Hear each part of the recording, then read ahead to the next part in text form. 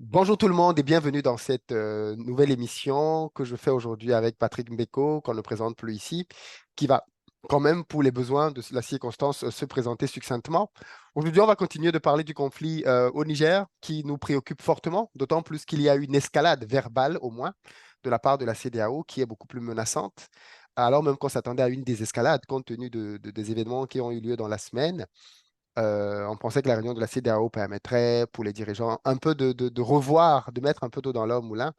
Et au contraire, on a été très surpris de voir qu'au terme de leurs entretiens, le ton soit beaucoup plus ferme, beaucoup plus menaçant, notamment vis-à-vis des militaires qui ont pris le pouvoir aujourd'hui au Niger. Et donc, je souhaite bien évidemment continuer notre analyse avec Patrick afin de continuer d'entendre ce qu'il a à nous dire là-dessus et de lui poser des questions. Et puis, bien évidemment, on a aussi vu vos commentaires suite à la précédente intervention de Patrick et on va revenir sur quelques points saillants afin d'avoir là aussi sa réponse.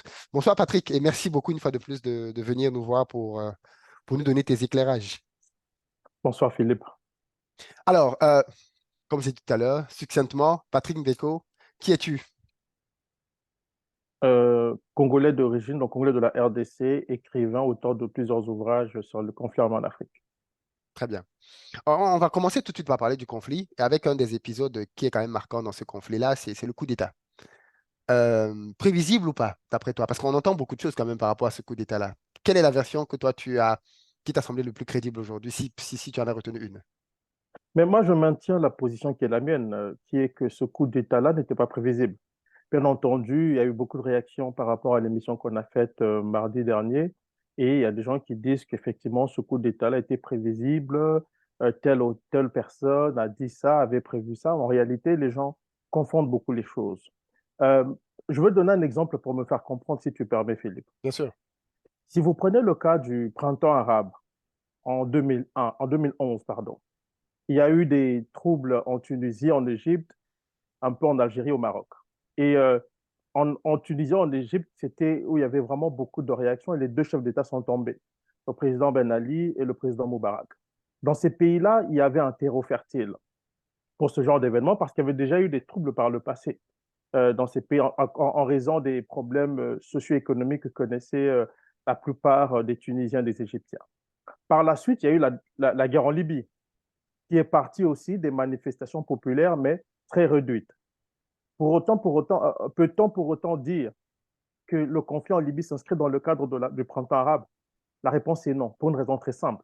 C'est qu'en Libye, il n'y avait pas de terreau fertile parce que les Libyens vivaient très bien. On a assisté en Libye à une déstabilisation orchestrée de l'extérieur, que j'explique d'ailleurs dans mon livre, en montrant comment, dès avril 2010, donc plusieurs mois avant même les événements de Tunis et du Caire, il y avait cette rencontre entre le général Kirkov, le patron des services secrets bulgares, et son homologue qatari, qui lui faisait savoir que le Qatar avait l'intention de provoquer des manifestations populaires, une révolution en Libye. Et par la suite, on a vu les membres des services secrets français, notamment de la DGCE, se déployer à l'est de la Libye, notamment à Benghazi, préparer le terrain à la déstabilisation. Et les événements en Tunisie et en Égypte ont donné l'opportunité aux forces tapies dans l'ombre d'agir en Libye. Donc, si vous analysez ça, vous ne pouvez pas dire que le conflit en Libye s'inscrit dans la droite ligne des manifestations qui sont parties de Tunis jusqu'au Caire en balayant en partie le Maroc. Donc, je reviens à la question que vous m'avez posée. Au Mali, il y a eu un coup d'État pour des raisons qui sont faciles à comprendre, qui ont été clairement expliquées. On a vu une suite logique au Burkina Faso aussi, et aussi en Guinée.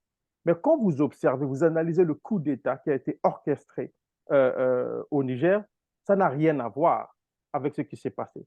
Cela ne veut pas dire que le terrain n'était pas propice à un putsch. Moi, je parle d'un putsch qui s'inscrit dans la droite ligne de ce qu'on a pu observer au Mali, au Burkina Faso et ensuite en Guinée. Ça n'a rien à voir parce qu'on a assisté à une révolution de palais. Et je tiens à rappeler qu'au Niger, il y a eu une tentative de coup d'État bien avant l'arrivée, juste après l'arrivée, je crois, du président Bazoum.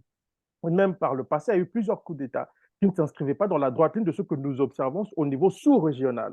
Et c'est la raison pour laquelle j'ai dit que ce coup d'État-là n'était pas prévu. Le coup d'État du général Tchani n'était pas prévu. Et la preuve en est que l'armée, contrairement au Burkina, au Mali ou en Guinée, l'armée ne s'est pas directement rangée aux côtés des putschistes.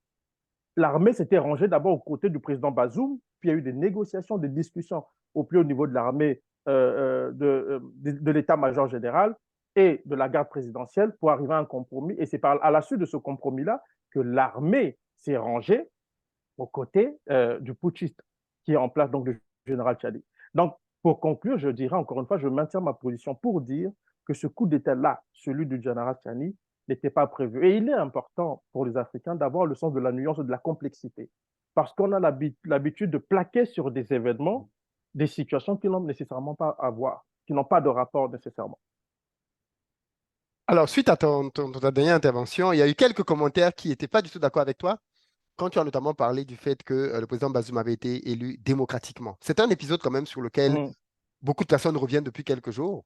Tu comprends pourquoi on peut remettre en question le côté démocratique de l'élection de M. Bazoum déjà à la base, parce qu'aujourd'hui, il nous est présenté comme le candidat démocratiquement élu. Alors qu'on sait qu'il y a Mais, eu beaucoup de troubles d'ailleurs. mais Euh, il y a eu des contestations au Nigeria, vous savez ça? oui. Des sérieuses contestations. D'ailleurs, dans la plupart des élections en Afrique, il y a des contestations. Moi, je me limite non pas au système démocratique de manière globale, mais à la démocratie on peut appeler entre guillemets la démocratie électorale. Qu'on l'aime ou pas, il y a eu des élections là-bas qui ont été certes contestées, mais c'est lui qui a été élu président à la suite de ces élections-là.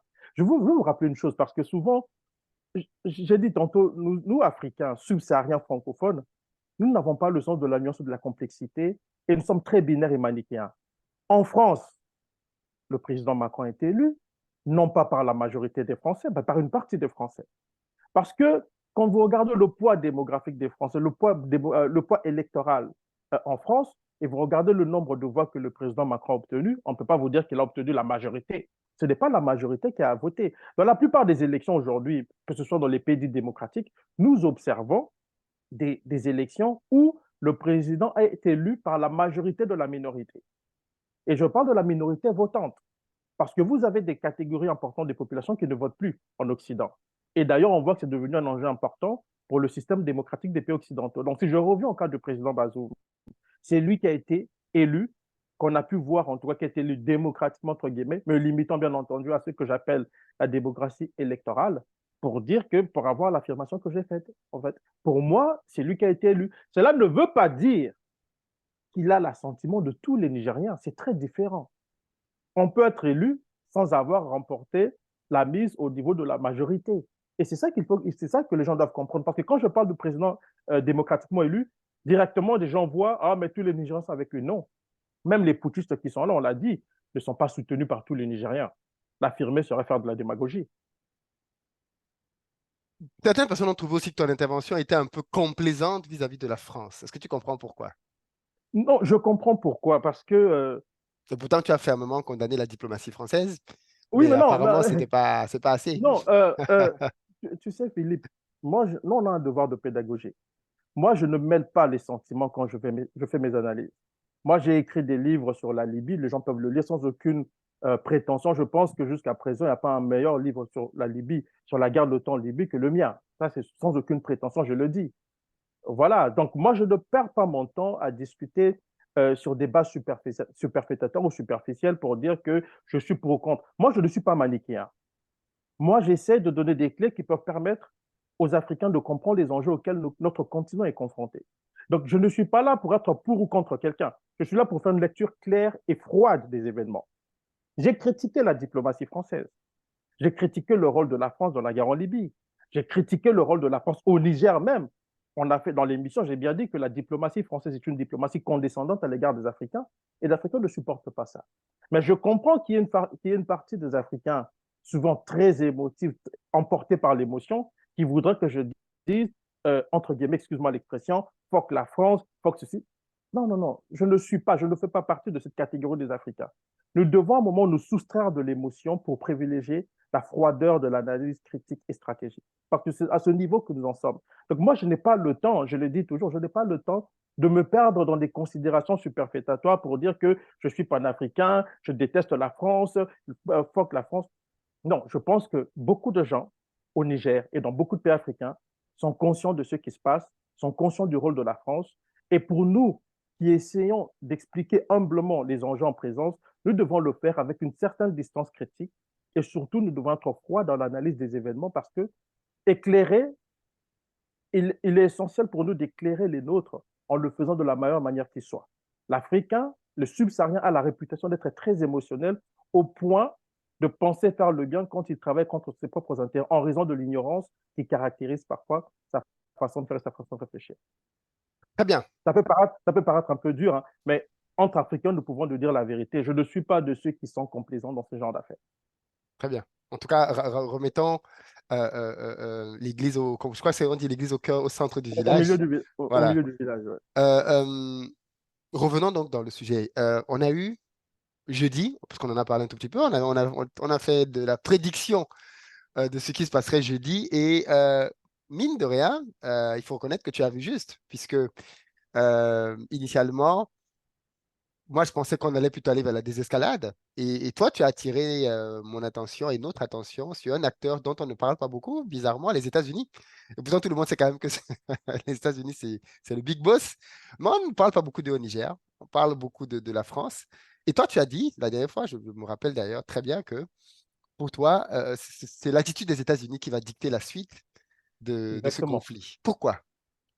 Parce que Mais quand les parce que, États-Unis sont quelque part, tout le monde se oui, mais soumet. parce que tu sais, Philippe, moi, j'ai travaillé sur la région des Grands Lacs où on a assisté à une rivalité importante entre les États-Unis et la France. Et donc, j'ai vu comment la France a été déclassée. Et en fonction de ce qui s'est passé dans la région des Grands Lacs en Afrique, j'ai attiré l'attention des Africains sur le rôle des États-Unis sur le continent africain. Et beaucoup de gens n'ont pas vu ça parce qu'on a été omnubilés. Ça peut se comprendre au regard du passé qui lie la plupart des pays à la France.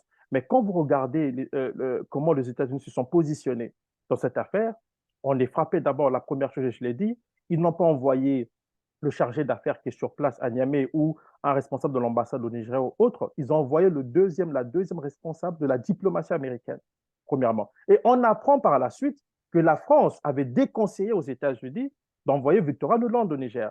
Mais les États-Unis ont passé outre ça, parce qu'ils défendent leurs intérêts. La deuxième chose qui avait attiré mon attention, c'est l'importance de la présence américaine au Niger. 1 000 soldats, y compris les membres de forces spéciales, ce n'est pas rien. Cette base a pris des années de construction, la base militaire américaine qui se trouve au Niger. Donc pour moi, ce sont des éléments essentiels à comprendre. Alors, j'aimerais bien me limiter à dire la France, la France, la France, mais excusez-moi, quand vous travaillez sur des dossiers aussi sensibles, il faut être rigoureux et sérieux. Et surtout moins émotif. Et donc, en raison de la présence américaine, pour moi, c'était devenu évident que les États-Unis allaient jouer un rôle important. Et on le voit aujourd'hui, et c'est étrange parce que la position des États-Unis corrobore tout ce qu'on a dit pardon, lors de notre entretien mardi. Non, on a fait notre entretien mardi. Tout à fait. On apprend aujourd'hui que les États-Unis, en secret, sont en train déjà de parler d'autre chose que du retour à l'ordre constitutionnel. Regardons encore une fois, j'avais incité sur la rhétorique des Oui, Américains. il Aujourd'hui, n'utilise pas ce mot, oui. ils n'utilisent plus ce mot-là, premièrement. Deuxièmement, on sait qu'il y a des discussions. Lorsque Victor Nuland a rencontré les autorités, les membres entre guillemets, dans ce qu'on appelle la junte, en tout cas, le nouveau pouvoir militaire, ils avaient discuté avec un des gars qu'ils ont formé, un des colonels qui est proche du général Tchani, qui a été formé par les Américains. Donc, il y a un lien important déjà, il y a une courroie de communication importante déjà au niveau américain, et on voit bien que les États-Unis ne sont pas disposés, et on l'avait dit, ne sont pas disposés à s'éterniser sur le sort du président Bazoum au risque de perdre leur présence dans la région au profit de la Russie. Et j'avais insisté sur un fait, parce qu'au sortir des discussions entre Victoria Nuland et les autorités militaires au Niger, j'avais lu le communiqué et j'avais suivi les propos avec attention parce que c'est dans les propos de diplomates qu'on trouve des réponses au non-dit de ces événements-là. Et quand on analyse ce genre d'événements sensibles, oui, j'aime beaucoup m'intéresser à ce que disent les diplomates, mais je m'intéresse davantage à ce qu'ils ne disent pas.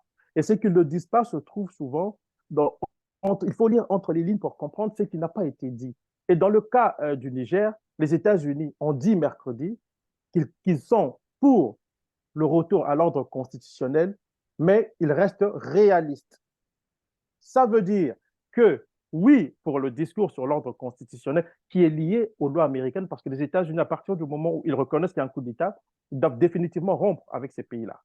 Or, s'ils le reconnaissent, ils doivent rompre avec la junte au risque de perdre leur présence dans le pays. Donc, ils ne peuvent pas le faire. D'où l'ambiguïté du du langage diplomatique américain dans cette affaire, mais surtout de leur positionnement qui est en train d'évoluer au point, on le sait maintenant, d'irriter la France et un certain nombre d'acteurs présents dans la région. Vous prenez un autre pays dont on ne parle pas beaucoup dans ce moment, l'Allemagne. Oui, Ils étaient au Mali, ils sont arrivés là, on ne parle pas beaucoup. Mais l'Allemagne est en train de prendre ses distances, oui. isolant de plus en plus la France. Donc, tu comprends maintenant pourquoi, lors de notre entretien, j'avais insisté sur le rôle majeur des États-Unis, qui chapeautent aujourd'hui, il faut le dire, depuis toujours le monde occidental, mais depuis la fin de la guerre froide, davantage, mais y compris dans les précarés français, qui chapeautent aujourd'hui la présence ou des intérêts occidentaux dans plusieurs coins du monde, y compris sur le continent africain. Donc, pour moi, l'importante présence des États-Unis dans la région méritait une attention particulière. Et malheureusement, beaucoup d'Africains, des subsahariens francophones, n'ont pas voulu regarder dans cette direction-là. Mais alors, qu'est-ce qui explique donc que les médias français continuent de nous... enfin, oui, parce que c'est eux qu'on lit en francophonie. L'essentiel des médias même continue de donner le sentiment que les États-Unis et la France sont de concert, tout va très bien, alors qu'ils sont supposés avoir les éléments qu'on a aujourd'hui, qui apparaissent même d'ailleurs dans des médias, euh, établissant le fait qu'il y a une fracture entre la position française et la position américaine. Pourquoi la France, pourquoi les médias français, comme j'ai pu le lire d'ailleurs, disant que la France et les États-Unis soutiennent la CEDEAO, ainsi de suite, alors qu'en fait, derrière ce mot soutien, il y a des nuances à apporter. Oui, mais d'abord, j'apporterai une nuance à ce que tu viens de dire. Il n'y a pas de rupture ou de fracture, mais il y a de différences de point de vue, si tu veux, comme ça. Je vais être un peu, je vais jouer au diplomate maintenant. Il y a, il y a, il y a, il y a, il y a une différence de point de vue sur la question. C'est que les États-Unis sont beaucoup plus pragmatiques que les Français, qui pensent qu'ils sont encore dans leur ancienne colonie et qu'ils ont des droits au Niger, et qui utilisent non pas la CEDEAO, mais quelques pays de la CEDEAO. Et d'ailleurs, lors de notre entretien, j'avais insisté sur le fait que parler de la CEDEAO comme ça peut être très trompeur dans la mesure où, sur les 15 ou Oui, 16 États qui composent l'organisation régionale, il y a beaucoup de, il y a la majorité silencieuse qui ne dit rien. Aujourd'hui, on a par exemple appris qu'un pays comme le Cap-Vert a refusé une intervention militaire. On a aussi appris que le Togo est en train de travailler en sous-main oui. pour amener les partis autour de la table. Le président Faure Eyadema s'est rendu au Niger secrètement pour discuter avec les Bon, autorités il y a militaires Simbe, du non? Niger. Oui, Faure Gnassingbé, oui. Oui, Et c'est rendu, j'ai dit Faure Eyadema comme son père, oui. pardon. Faure Gnassingbé s'est rendu au Niger et a discuté secrètement avec le général Mais Chani. ça, Donc, ça personne n'a dit ça. mais on ne le dit pas parce que ça fait partie des non-dits de la diplomatie. Et c'est ça qu'il faut comprendre. Et c'est pour ça que je te dis tantôt, Philippe, je m'intéresse à ce que disent les diplomates et les militaires, mais je m'intéresse davantage à ce qu'ils ne le disent pas. Oui. Et ce qu'on ne dit pas, c'est ce qui se passe derrière le rideau. Et c'est à ce niveau que se passent les véritables enjeux. Ce n'est pas ce que nous voyons et qui emmène les gens à s'agiter, à sauter au plafond. Ce n'est pas ça. On voit bien qu'au niveau de la CEDEAO aussi, il y a des divisions importantes. Beaucoup d'États comprennent qu'une intervention serait suicidaire pour l'organisation régionale qui risquerait de voler en éclats. Ça, c'est un autre élément qu'on ne relève pas. Une intervention pourrait pousser à l'éclatement de la CEDEAO. Voyez-vous? Donc, il y a beaucoup de choses qu'il faut prendre en considération dans l'appréciation des événements en cours. On apprend d'ailleurs que l'initiative de Faure Gnassingbé a fortement déplu, jusque chez Le Nigeria Macky aussi, Sall, le même Macky Sall Nigeria, aussi. Macky Sall aussi qui n'a pas Exactement. apprécié, Oui, qui aille. mais parce qu'ils font partie des va-t-en-guerre. Et c'est la raison pour laquelle j'ai dit la dernière fois que vous avez la clique des va-t-en-guerre. Le Nigeria, la Côte d'Ivoire, le Sénégal et dans une certaine Le Bénin. mesure le Bénin. Mais les autres ne disent pas grand-chose, ils ne disent rien. Oui, ils signent les communiqués de la CEDEAO parce que ça fait partie du jeu diplomatique. Mais en réalité, ils n'en pensent pas moins que ce n'est pas la chose à faire. Et donc, la clique des va-t-en-guerre. Mais quand vous examinez la clique, vous trouvez des pays dont l'alignement sur l'Occident et sur certains pays d'Occident, notamment la France et les États-Unis, se passe de tout commentaire. Donc leur positionnement peut se comprendre dans une certaine mesure. Ouattara aime bien s'afficher comme étant, voilà, le porte-drapeau, le capitaine du système France-africain sur le continent, même s'il lui arrive de temps en temps de fustiger la France quand ça ne fait pas son affaire, parce que ça, c'est ça les chefs d'État africains, instrumentaliser le discours france-africain quand ça fait leur affaire. Mais aujourd'hui, vous avez quand même la majorité silencieuse au niveau de la CEDEAO qui n'est pas prête à intervenir au Niger. Et d'ailleurs, parce que j'avais posé une question lors de notre dernier entretien, j'avais dit, mais et si on exécute le président Bazoum, qui portera la responsabilité de Oui, tout parce ceci? qu'aux dernières nouvelles, Parce que là, ouais, ses exactement, parce conditions qu'ils l'ont dit. oui, ses Ils l'ont conditions se dit. Mais non seulement ces conditions se sont détériorées, mais les putschistes ont dit qu'ils vont l'exécuter. Ils l'ont dit publiquement que si les gars s'amusent, les gars de la CEDEAO s'amusent à venir là, ils pourraient exécuter Bazoum. Ce qui est tout à fait normal. Donc nous avons des civils à la tête des États là, va en guerre, qui ne comprennent rien en réalité de la guerre et qui poussent à faire la guerre. Et c'est souvent comme ça d'ailleurs dans l'arène politique. C'est souvent les civils qui poussent à faire la guerre. Mais les militaires n'aiment pas ça parce qu'ils savent c'est quoi un coup de feu. C'est quoi la guerre? Et malheureusement, voilà, on a des chefs d'État qui veulent faire la guerre et ça divise aujourd'hui l'organisation sous-régionale. Mais de mon point de vue, je pense que nous sommes maintenant dans. Je vois mal les pays va en guerre, y compris la CEDEAO, s'aventurer sur ce terrain-là. Et pourtant, ils Et ont d'ailleurs, réaffirmé avec beaucoup d'autorité leur position oui, hier. mais moi, je pense que ça relève de la posture, tout simplement parce que après avoir déclaré de manière péremptoire qu'on va intervenir dans les premiers jours, c'est qui est une très grave erreur sur le plan diplomatique. Ils ne peuvent plus reculer. Il en va de la crédibilité de la CEDEAO, disent certains observateurs. Mais la crédibilité de la CEDEAO aux yeux de qui?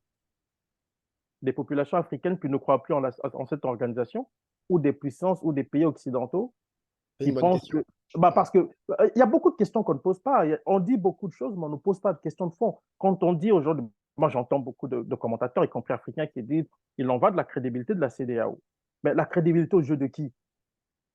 Parce que si c'est au jeu de la population, une intervention va décrédibiliser davantage l'organisation sous-régionale Tout à fait. au risque de conduire à son éclatement. Si c'est au jeu des Occidentaux, bon, ça ne change rien pour les populations africaines. Et est-ce qu'on Et va c'est donc en guerre pour plaire aux Occidentaux? C'est une vraie question. exactement. Mais la question de savoir est-ce qu'on va en guerre pour plaire aux Occidentaux, parce que c'est la question que beaucoup d'Africains se posent, y compris dans les pays vont en guerre où l'opinion est très divisée sur la question. Et on l'a dit et j'ai insisté. Un pays comme le Nigeria, qui partage une longue frontière avec le Niger, et qui a de population à cheval entre les deux pays, mais une intervention du Nigeria va causer des dégâts énormes, sans compter, et on l'a dit, sur le plan sécuritaire, la présence des groupes djihadistes qui pourraient profiter de la situation pour déferler sur certaines capitales au risque de déstabiliser en fait toute la région, avec des conséquences insoupçonnées sur le reste du continent africain.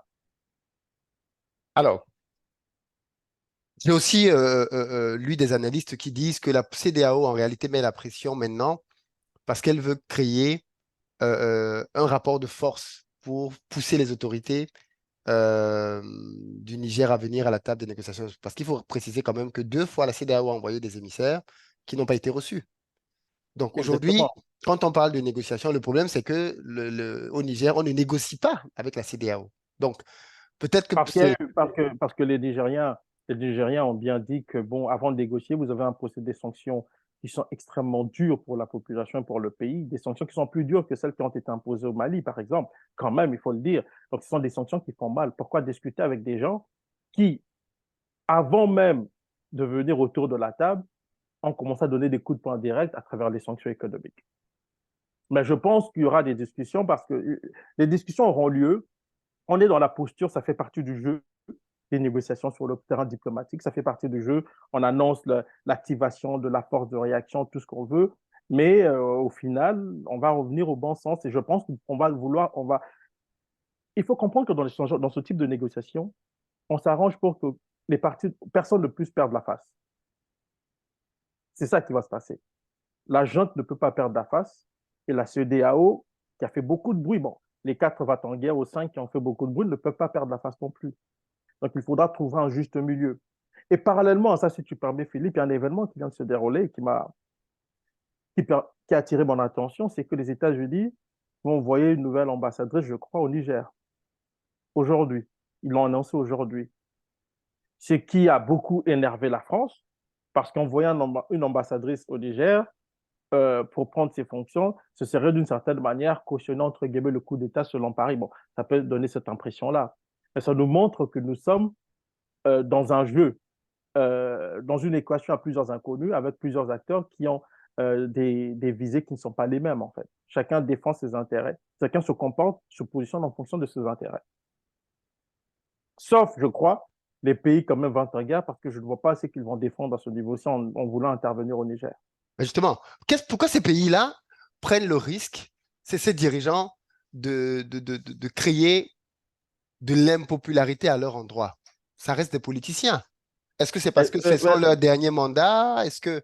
Bon, je veux être sincère avec toi, Philippe. Je n'aimerais pas le dire comme ça, mais vous savez, les dirigeants africains, surtout nos vieux dirigeants, hein, ils n'ont pas de contact. Leur contact au réel est très problématique. Moi, quand j'entends le président Alassane Ouattara, je me dis bah, qu'il traite les autres de terroristes, de tout ce qu'il veut, ce sont des terroristes. Mais si la situation finit par se décanter, il va traiter avec qui au Niger? Il ne faut pas insulter l'avenir. Donc, nous avons des dirigeants quand même. Ce sont des politiciens. Je suis d'accord avec toi, ce ne sont pas des hommes d'État dignes de ce nom. Après, il faut dire que la région n'est pas habituée à ce genre de circonstances non plus. Après, moi, ce que j'aime savoir, Quelles circonstances? d'opposition frontale comme celle-là. Parce qu'il y a eu L'opposition d'autres, entre il y qui? a eu d'autres putsch et ils n'ont rien dit. Oui, mais c'est ça le problème. Il y a plusieurs types de putsch militaires, oui, mais il y a aussi de putsch civils.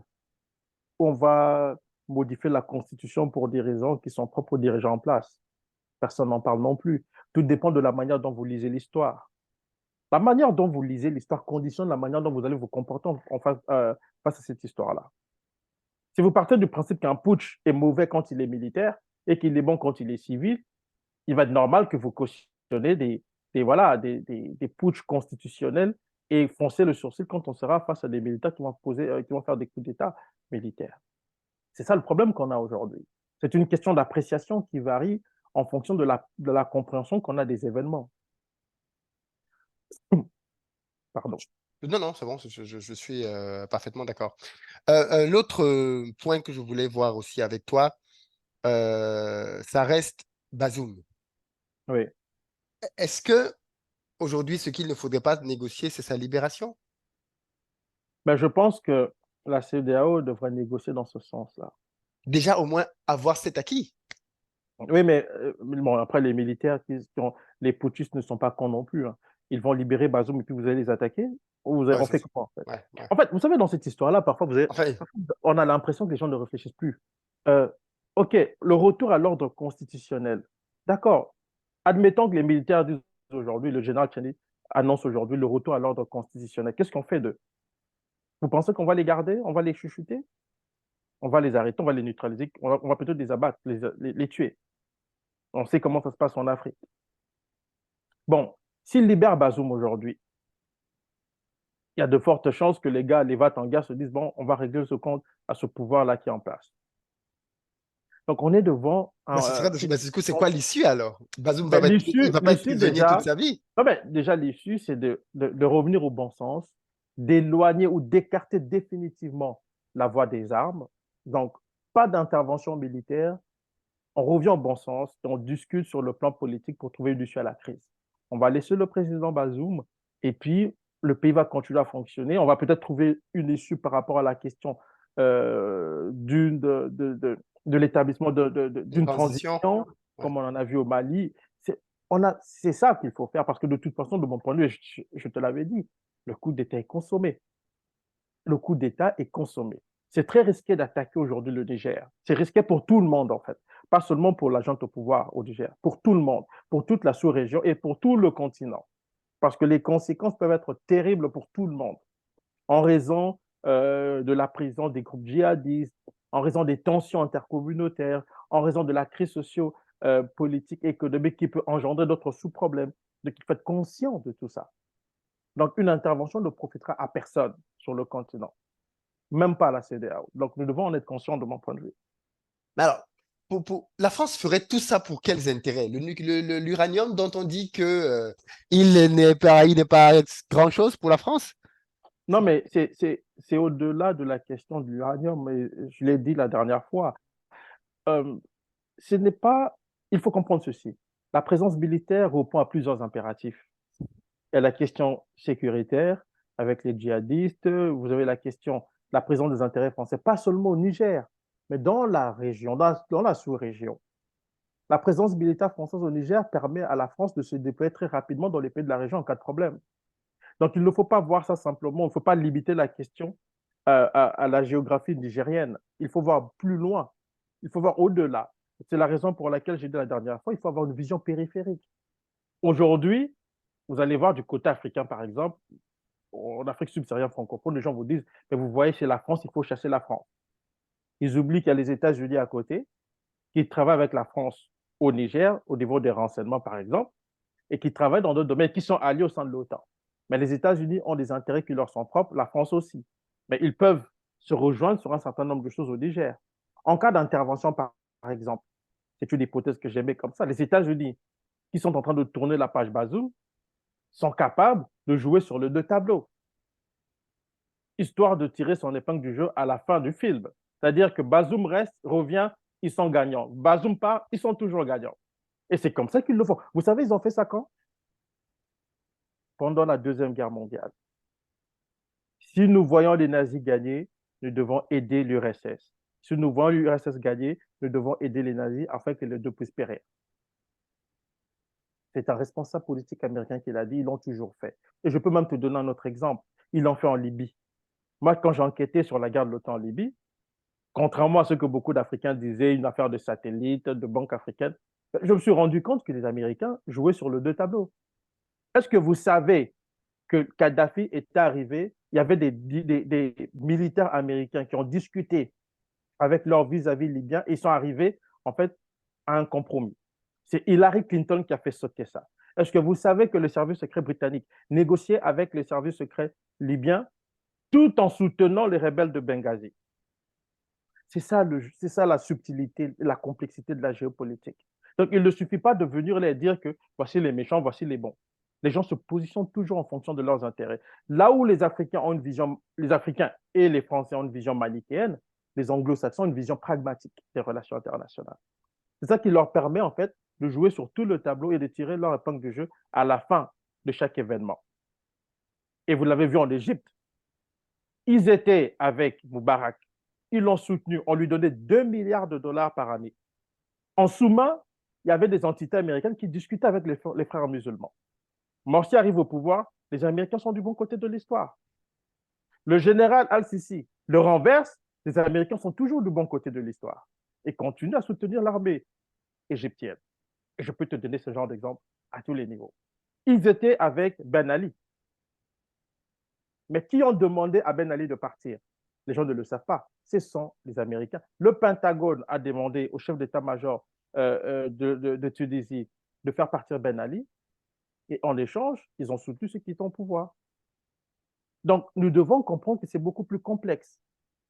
À la facilité, au manichéisme de certains de nos compatriotes africains, moi, je pose toujours la complexité, la nuance. Parce que je pense que ces genres d'événements, on ne peut pas les comprendre si on est dans des visions tranchées et binaires ou manichéennes, où il y a des bons, où il y a des méchants.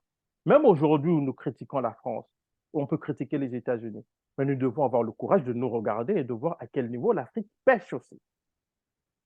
Et si ce travail-là d'introspection n'est pas fait, l'Afrique aura toujours des problèmes. Et surtout l'Afrique subsaharienne francophone aura toujours des problèmes. Et on le voit aujourd'hui dans le cas du Niger, où les gens ont des positions tranchées sur la France, sans voir qu'à côté, un autre acteur qui est en train d'évoluer.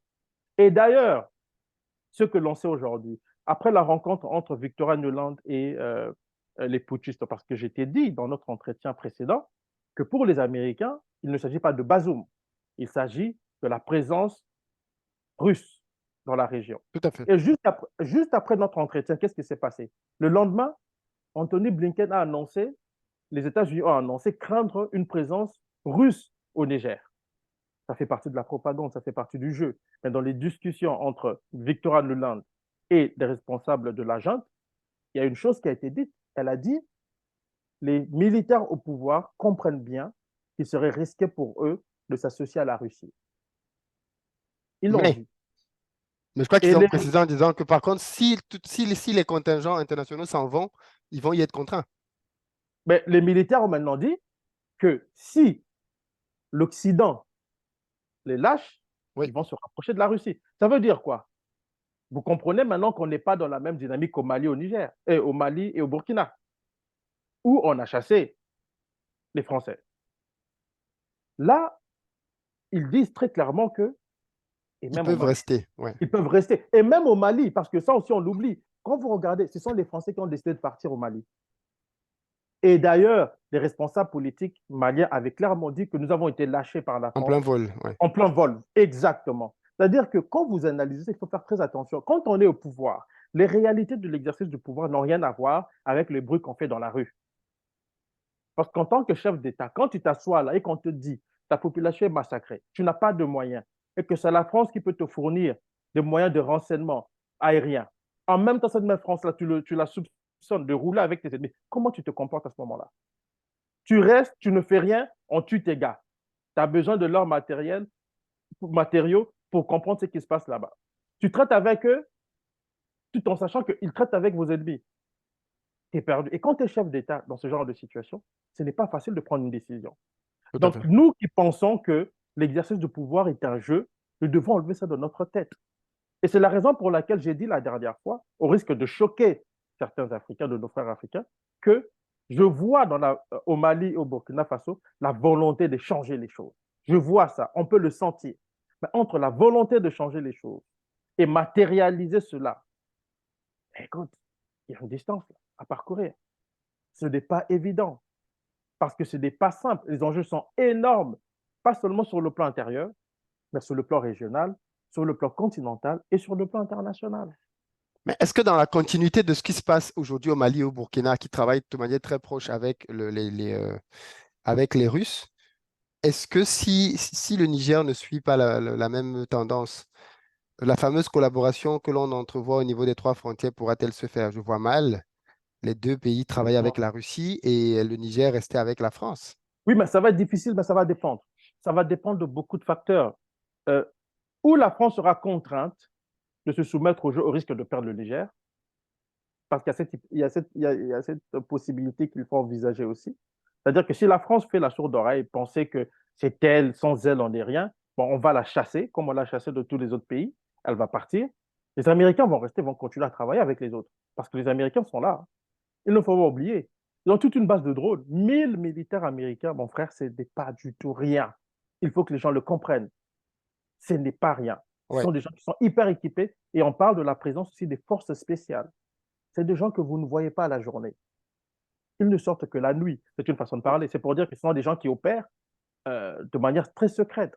Leurs activités sont frappées du sceau du secret. Voyez-vous? Donc, quand ils ouais. sont chez vous, c'est pour dire que la situation elle est sérieuse. Donc, aujourd'hui, je pense que pour les Américains, il s'agira de limiter les dégâts, quitte à traiter avec le gouvernement en place, à trouver des voies et moyens pour dire qu'il y aura une transition.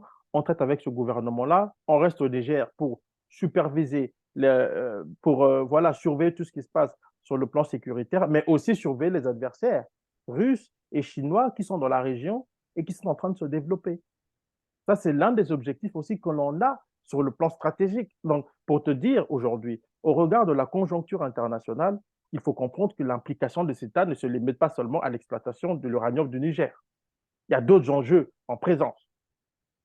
La préservation des intérêts sur le plan régional, euh, euh, la surveillance des adversaires qui sont présents sur le terrain, parce qu'il faut s'arranger pour que ces adversaires-là ne puissent pas vous surpasser. Ça, c'est très important. Et je rappelle une chose importante pour qu'on comprenne cette histoire des Russes et des Chinois, surtout des Russes. Dans le livre, dans le livre blanc de la défense américaine, je crois de 2017 ou 2018, la Russie et la Chine sont présentées comme des puissances révisionnistes qu'il faut combattre. En tête de liste, c'est la Russie et la Chine, et le terrorisme vient après. Il faut que vous compreniez ça. Le terrorisme, là, vient après. On peut dealer avec des djihadistes. Mais les deux grandes puissances qui sont en train de défier l'ordre international issu de l'après 1945, ces deux grandes puissances-là doivent être défiées sur le terrain politique, militaire et idéologique. D'où le déploiement que nous observons des États-Unis depuis un moment sur le continent. Vous voyez, depuis le début de la guerre en Ukraine, est-ce que cette année, l'année dernière, vous savez combien de visites les États-Unis ont menées en Afrique? Blinken est venu en Afrique. La vice-présidente américaine Kamala Harris est venue en Afrique. Elle a fait 9 jours. 9 jours pour un responsable américain. C'est beaucoup. Le sous-secrétaire d'État est venu. Donc, ça veut dire que nous sommes à un autre niveau. il appartient, j'insiste, aux Africains de comprendre dans quoi le continent se trouve. Dans quelle situation, dans quel positionnement le continent se trouve au regard de l'environnement international aujourd'hui caractérisé par la guerre en Ukraine, mais aussi par la montée en puissance de la logique des blocs. Euh, Quand on regarde tout ça, euh, est-ce qu'on ne pourrait pas craindre finalement un recul de la démocratie en Afrique? C'est-à-dire, on a aujourd'hui les populations qui sont formellement contre une intervention et des dirigeants de ces populations même qui sont au premier plan pour aller quasiment à l'encontre de ce que l'on semble percevoir dans la rue. Mais il faut commencer à poser la question de savoir c'est quoi la démocratie. Parce que pour beaucoup de gens, la démocratie, et c'est la raison pour laquelle je t'ai parlé de la démocratie électorale, on fait un vote, quelqu'un est élu président, et puis c'est ça la démocratie. Non, la démocratie, c'est beaucoup de choses. On peut vous dire, il y a des gens qui ont écrit, par exemple, sur la démocratie américaine pour dire que les États-Unis ne sont plus une démocratie, c'est une oligarchie. Vous avez des gens qui peuvent vous dire que la France n'est plus une démocratie au sens premier du terme, c'est une oligarchie ou je ne sais pas quoi, quelque chose qui s'apparente à ça. Il y a tout un débat sur le mot démocratique. La vraie question est de savoir que veulent les populations africaines. Parce que ce sont nos populations qui doivent être au cœur de nos politiques. Ce sont les populations africaines. Qu'est-ce qu'elles veulent? Elles veulent un état de droit, elles veulent manger à leur faim, elles veulent scolariser leurs enfants, elles veulent sourire comme les enfants chinois aujourd'hui ou comme les enfants en Occident aujourd'hui. Je ne dis pas qu'il faut occidentaliser le continent, ce serait une grande erreur. Il faut revenir aux sources, mais tout en privilégiant des choses qui vont redonner le bonheur et le sourire aux populations africaines. C'est ça le vrai enjeu. Il ne s'agit pas simplement de dire, voici, nous avons la démocratie, et puis voilà. D'ailleurs, regardez, l'arrivée sur le continent de ce qu'on a appelé le vent démocratique des années 90, ça a emmené quoi? Des déstabilisations à ne point finir. Parce que nous avons copié quelque chose qui ne s'appliquait pas nécessairement à nous. Ce n'était pas seulement. Aujourd'hui, les populations africaines soutiennent les putsch parce qu'ils se rendent compte que, voilà, vous nous parlez de démocratie, vous nous parlez d'élections, mais nous sommes toujours misérables. Maintenant, on peut poser une autre question aussi qui est de savoir, est-ce que c'est vraiment le problème des élections ou le problème de la gouvernance dans nos pays? Est-ce le problème d'une absence totale de vision à la tête des États africains? C'est la vraie question qu'il faut se poser. Parce que la manière dont vous posez le problème va Oui, déterminer la manière dont vous allez chercher à le résoudre. tout à fait. C'est une question de diagnostic. Est-ce que le diagnostic a été bien fait sur le continent africain? Au Niger aujourd'hui, oui, les gens avaient voté pour Bazoum, n'en déplaise à ceux qui ne sont pas d'accord. Oui, il y a eu de la contestation. Mais au final, la population, est-ce qu'elle se retrouve en Bazoum? C'est ça la vraie question. Que Bazoum soit élu ou pas, même les gens de la junte qui sont là aujourd'hui. Si, après le coup d'État, ils mettent en place des politiques sociales ou économiques qui rencontrent le besoin de la population, les gens vont finir par dire, mais mieux vaut dealer avec des militaires qu'avec des civils. Parce que les gens vont apprécier en fonction de leurs conditions, Oui, pas en fonction des discours sur la démocratie. Les gens évaluent tous en fonction de leurs conditions. La remise en question du discours sur la démocratie électorale, je dis bien électorale, c'est parce que on a fait croire aux gens, ou dans l'imaginaire des gens, on a fait croire aux gens que qui dit démocratie dit bien-être. Rien à voir. Être dit démocratie ne veut pas dire nécessairement bien-être. Et c'est le débat qu'il faut avoir aussi sur le continent. Il ne s'agit pas simplement de cautionner les coups d'État, hein, mais d'avoir une vraie discussion sur les problèmes auxquels nous sommes confrontés. Parce que les coups d'État peuvent aussi apporter d'autres problèmes. Et nous allons revenir encore en nous disant, nous voulons des civils au pouvoir. C'est le vrai problème que nous avons aujourd'hui. De mon point de vue, il y a beaucoup de discussions que nous n'avons pas encore eues au niveau africain. Les pays comme la Chine ont fait ce travail-là. Ils ont défini un modèle, ils fonctionnent à travers ce modèle-là. Vous n'allez pas dire aux Chinois que vous n'êtes pas démocratique. Eux, ils considèrent que ce qu'ils font est démocratique à leurs yeux, pas aux yeux des Occidentaux. Les Chinois ne pensent pas à leur avenir à travers les lunettes de l'Occident. Ce sont les Africains généralement qui pensent leur avenir à travers les lunettes des autres. Hier, c'était les Occidentaux. On n'en veut plus. Au début des années 2000, on a eu les Chinois. On a dit, oui. voilà, les Chinois sont arrivés. C'est plus, Ils, ils vont nous foutu de... sauver. Ils vont nous sauver. Ces Occidentaux n'ont rien fait. Et puis, nous commençons à nous plaindre. Aujourd'hui, on parle de la Russie, la Turquie, du Japon, de tous ces pays qui sont intéressés au continent. Mais quand est-ce que les Africains parleront d'eux-mêmes, de l'intérêt qu'ils portent à leur continent et de la vision qu'ils doivent impulser pour le bien-être des populations africaines? C'est ça la vraie question de fond. Le reste, pour moi, c'est du verbiage. Excellent. Bah, écoute, merci beaucoup, Patrick. Au plaisir, Philippe. Je pense qu'on va refaire un point d'ici 2 jours. Il y avait une réunion prévue aujourd'hui qui a été annulée. Exactement, exactement. Ça a été reporté, bon, on dit pour des raisons techniques. Ouais. Personnellement, je ne crois pas. Je crois qu'on arrive à un point où les Vatangars se rendent compte que l'option qu'ils ont mise sur la table est de plus en plus est devenue très problématique. Je D'ailleurs, pense. Oui. on n'en a pas parlé, mais dans la même lignée, on apprend que euh, le président en exercice, Tinubu, enfin la CEDEAO, Mhm. a demandé du soutien financier Exactement. et logistique aux Mais, Américains qui ont refusé. mais, je, mais ça conforte, ça Ça, confirme ce que c'est j'étais très dit. grave, ça. C'est-à-dire qu'en fait, Non, mais tout ce ce n'est pas. bruit-là, c'est pour aller demander ensuite de l'aide à Oui, quelqu'un. en fait, Philippe, ce n'est pas grave. C'est parce qu'on a refusé d'analyser froidement la situation. Souviens-toi de ce que j'ai dit dans notre entretien de mardi. J'avais dit qu'ils ne feront rien sans l'aval des États-Unis parce que ça prend des moyens. Ils vont se battre avec quoi? Le Nigeria est confronté à un problème sécuritaire qu'il n'a pas encore réussi à résoudre définitivement. Le Mali a un problème. Le Burkina Faso a un problème. La Côte d'Ivoire avait été frappée il n'y a pas très longtemps. On cherche encore les djihadistes, je ne sais qui. Tous les pays de la région ont un problème. Le Bénin a fait appel aux soldats rwandais pour résoudre ses propres problèmes sécuritaires. Le Bénin, est-ce que vous savez ça?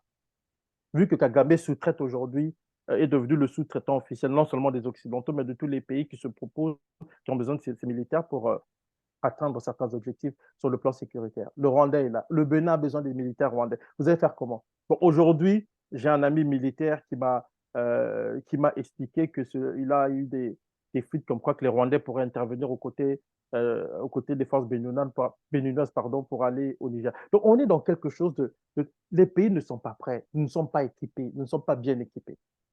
C'est ça la réalité. Et les Américains se sont montrés réticents, comme tu l'as dit, dans cette affaire-là. Ils ont dit non, non, non, non, non, on n'en voit pas encore de trop. Pourquoi? Parce que les Américains sont pragmatiques. Ils comprennent que s'ils se positionnent trop aux côtés de la France, ils risquent d'être accusés d'impérialisme, de connivence avec l'ancienne puissance coloniale qui est décriée partout. S'ils s'affichent un peu trop contre les putschistes, ils risquent de les pousser au moins de la Russie. Qu'est-ce qu'on fait?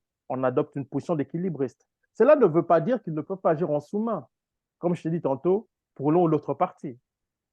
Tout dépend de la manière dont la situation va évoluer. Et ça fait partie du pragmatisme américain.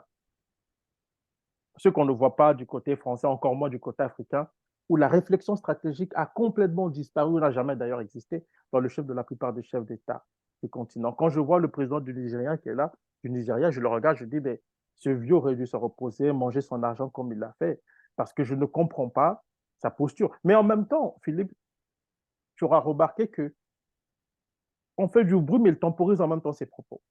Il privilégie de plus en plus la diplomatie. Je pense qu'il y a des gens qui lui ont fait comprendre que, Monsieur le Président, vous n'avez pas à tenir les propos que vous avez tenus. Parce que les propos sur l'intervention, c'était au premier jour du coup d'État. Au premier jour du coup d'État.